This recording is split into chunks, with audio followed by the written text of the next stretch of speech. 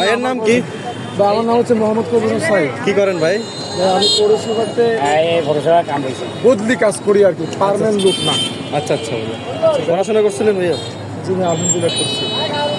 আমি primary pass করছি general লাইনে, আর এই আমাদের মক্তবে কায়দা পাস করে আম পড়া হওয়ার পরে সাথে সাথে আমার বাবা অসুস্থ হয়ে পড়ার কারণে আমি আর পড়তে পারি না। তবে এখন আমার ইচ্ছা শক্তি হয়েছে, মানে আমি প্রয়োগ করতেছি যে আমি এখন আবার পড়াশোনা করবো। যেটা বলতে চাচ্ছি ইসলামী আন্দোলন সেটা বলতে ইসলামিক বিরুদ্ধে আমি যেটা বলতে চাচ্ছি, ইসলাম হচ্ছে সর্বশ্রেষ্ঠ সর্বোত্তম, মানে এটা হচ্ছে একেবারে পরিপূর্ণ একটা জীবন বিধান। এটা যারা না গ্রহণ করবে তাদের জীবন শতগ্রস্ত। আচ্ছা আচ্ছা আমরা মনে করি যে আমরা ইসলাম থেকে দূরে থাকতে পারলে আমরা বেঁচে যাই, কিন্তু আমরা বেঁচে যাচ্ছি না, আমরা দিন দিন ধ্বংসের দিকে যাচ্ছি। হয়তো সেটা আমরা অনুভব করতে পারছি না, কারণ সেগুলো বোঝার সেগুলো উপলব্ধি করার মতো জ্ঞান আল্লাহ তাআলা আমাদেরকে দেন নাই।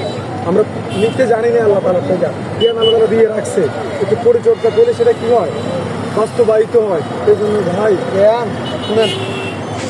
আচ্ছা বল, আমি আলহামদুলিল্লাহ তারপরে জাকের পাখি কত পার্টির লোকে দেখলাম, হ্যাঁ হেফাজত। তো অ্যাকচুয়ালি আসলে হাত পাখির যে একটা ঝিকির, সেটা হচ্ছে তারা একটা কথা বলে জিকির তো অন্য কারণ না, জিকির একমাত্র কার? আল্লাহ আল্লাহ তাআলা। ওনাদের এই ঝিকিরে আমি অংশগ্রহণ করছিলাম, আলহামদুলিল্লাহ আমার খুব ভালো লাগছে। এবং আমি কিছু ওখানে জিকিরের কিছু নিয়ম নীতি আমাকে আজকে মাগরিবের পরে ওখানে আল্লাহ পাকের জিকির হবে আলহামদুলিল্লাহ গোসাড়া মসজিদে গেছে। হ্যাঁ কবরস্থান পাশে।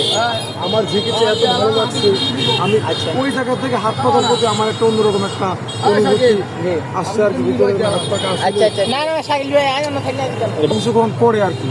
আলহামদুলিল্লাহ আল্লাহ চাইতো হাত পাকা যদি এ দেশে আসতে পারে তাহলে হয়তো জনগণের ভালো হতে পারে, আশা করা যাক। বাদ বাকিরা আল্লাহ যা চাক তাই হবে ইনশাল্লাহ। আসলে দেখেন হাত পাকা বলেন, চর্ময় বলেন, যেটাই বলি না কেন আমরা আসলে আল্লাহ তাআলা যাদেরকে চায় তাদের ক্ষমতা উঠাবে ইনশাল্লাহ। তাদের দ্বারা এই দেশে এই পুরো বিশ্বে আল্লাহ তাআলা জিনিসটা পরিষ্কার করবে। কারণ রাসূলুল্লাহ সাল্লাল্লাহু আলাইহি ওয়াসাল্লাম কষ্ট করে গেছে, আপনি কি বুঝেন? কতটা মাইগুলো দাঁত পড়ে গেছে, কতটা পেরে পুরো উদ্ভিদগুলো তুলে পেরে পাথর বার হয়েছে, কতটা কষ্ট করে সিরা জামা গায়ে যা হারাম বক্ষণ করে নাই, হারাম পরিধান করে নাই, এবং কি দিন ইসলামের কথা মাইকে ইসলামের কথা বলা ছাড়া নাই। তারপরে মানুষ পাগল বলছে, কোনো বিষয় না, ভালোটাতে বাধা আসতে পারে, কত মানুষ পাগল বলবে, যে যাই বলুক না কেন, কিন্তু আমাদেরকে লালন করতে দেখি রাসূলের সুন্নাত বাস ক্লিয়ার।